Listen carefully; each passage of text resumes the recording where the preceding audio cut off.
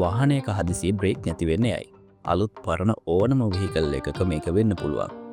මේ වීඩියෝ එක බලන ඔයාට හරි එහෙම නැත්නම් අනිත් පැත්තේ වාඩි වෙලා ඔයාට උපදෙස් දෙනවා කි පිරින්දට හරි මේ වීඩියෝ එක අනිවාර්යයෙන්ම වටිනවා. පහුගිය කාලේ පුරාම කඳකර ප්‍රදේශවල අනතුරු ගණනාවක් සිද්ධ වුණා. බොහොමයක් අනතුරු වලට බලපානි බ්‍රේක් එකවත් තිරිඟු පද්ධතියේ ක්‍රියාවිරහිත වීම. මේ කියන්නේ එහෙම වෙලාවක වාහනේ නතර කරගන්න විදිය නම් නෙමෙයි. එහෙම නොවෙන්න වාහනේ පදින විදිය ගැන.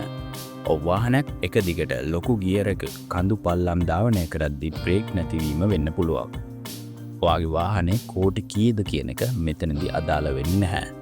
බ්‍රේක් පද්ධතියට යන අධික උෂ්ණත්වය කඳු පල්ලමකින් බර වැඩි වාහනයක් ලෝ ගියරයකට නොදා ඉහළ ගියර් එකකින් යනවා නම් එන්ජින් බ්‍රේකින් එහෙම නැත්නම් එන්ජින් එකේම වේගය පාලනය කිරීම වෙනස් වෙලා බ්‍රේක් පද්ධතියට වැඩි බරක් දෙන්න පටන් ගන්නවා.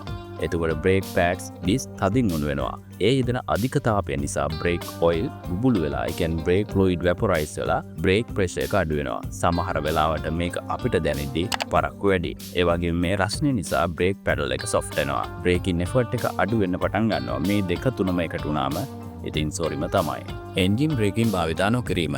එන්ජින් බ්‍රේකින් කියන්නේ අඩු ගියර් එකකින් යනකොට එන්ජින් එකේම වේගය පාලනය කිරීමේ ක්‍රමය.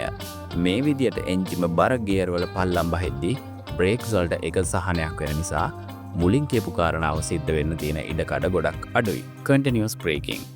බ්‍රේක් එක දිගට භාවිතා කිරීමත් බ්‍රේක් ෆේඩ් එකට හේතු වෙන්න පුළුවන්. මේ වෙලාවට පම්පින්, ඉන්ටර්මිටන්ට් බ්‍රේකින් නැත්නම් අපි කියනවා වරින් වර බ්‍රේක් භාවිතා කිරීම කරන්න පුළුවන්. වාගේ වෙහිකල් එක මැනුවල් ගියර් වාහනයක් නම් බෑවුමේ ප්‍රමාණය වගේම වේගය අනුව අඩු ගියර් භාවිතා කරන්න පුළුවන්. ඒ වෙලාවට එන්ජිමෙන් දැනෙන බර සද්දේ ගැටලුවක් නෙවෙයි. වාගේ වාහනේ ඔටෝ ගියර් එකක් නම් ගිවලියර් එකේ සෙකන්ඩ් ෆස්ට් හෝ L යොදා ගන්න පුළුවන්.